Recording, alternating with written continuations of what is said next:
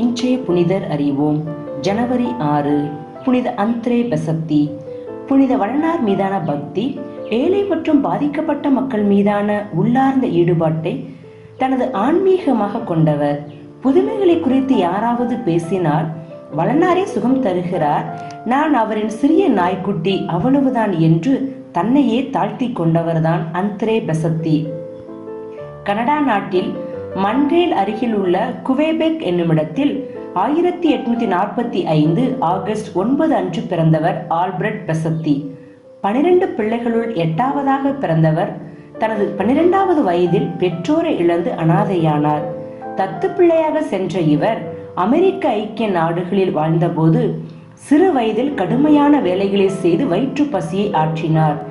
தீராத வயிற்று வலியால் துடித்த ஆல்பர்ட் எந்த ஒரு வேலையிலும் நிலைத்து நிற்க முடியாமல் பல்வேறு வேலைகளில் தம்மை ஈடுபடுத்திக் கொண்டார். தமது 25வது வயதில் கனடாவிற்கு திரும்பி வந்தார்.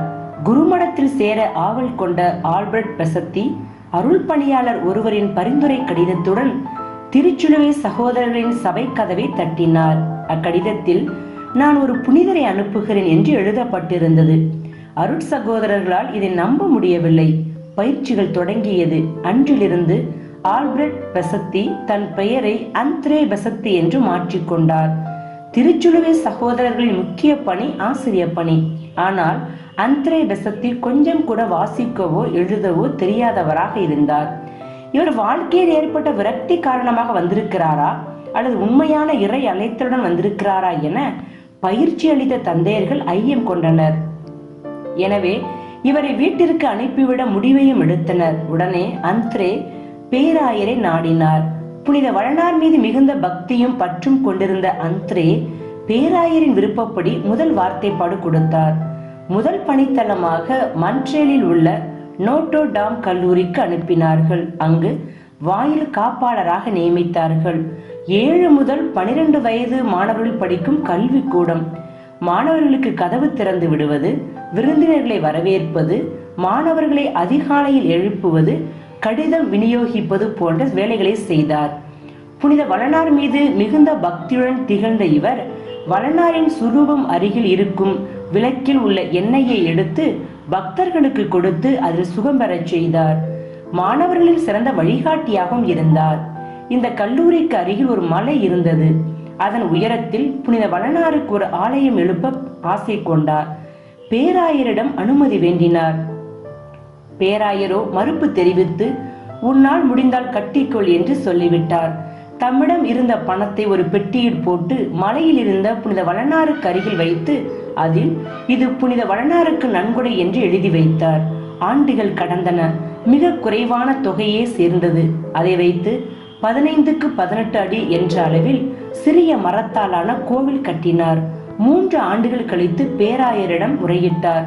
நீதான் கோவில் கட்ட வேண்டும் என்று வளனார் காட்சியதும் கொடுத்தாரா என்று கேட்டு, கடனாளி ஆகாதபடிக்கு கோவில் கட்டு என்று பேராயர் அனுமதி அளித்தார். அந்த்ரே முதலில் மேற்கூரை அமைத்தார். பிறகு சுற்றுச்சுவர் அமைத்து அதைத் தொடர்ந்து திருப்பயணிகள் தங்கி ஜெபித்து செல்ல விடுதிகள் கட்டினார். பக்தர்களின் எண்ணிக்கையும் அவர்கள் எழுதும் கடிதமும் அதிகரித்தது. ஒரு மாதத்திற்கு 80,000 கடிதங்கள் கூட வந்தது. இவரை நோக்கி வந்த பலர் மனநலமும் உடல் நலமும் பெற்று சென்றார்கள். புனித வளனார் மீது பக்தி, ஏழை மற்றும் பாதிக்கப்பட்ட மக்கள் மீதான உள்ளார்ந்த ஈடுபாடு இவருடைய ஆன்மீகமாக இருந்தது. இவரின் சிறப்பை பற்றி புகழ்ந்தால், நான் அறியாமையில் உள்ளவன், என்னை விட யாராவது அறியாமையில் இருப்பார்கள் என்றால் கடவுள் இந்நேரம் எனது இடத்தில் அவர்களை வைத்திருப்பார் என்பார். புதுமைகளை குறித்து பேசினார், வளனாரே சுகம் தருகிறார், நான் அவரின் சிறிய நாய்க்குட்டி, அவ்வளவுதான் என்று தன்னையே தாழ்த்தி கொள்வார்.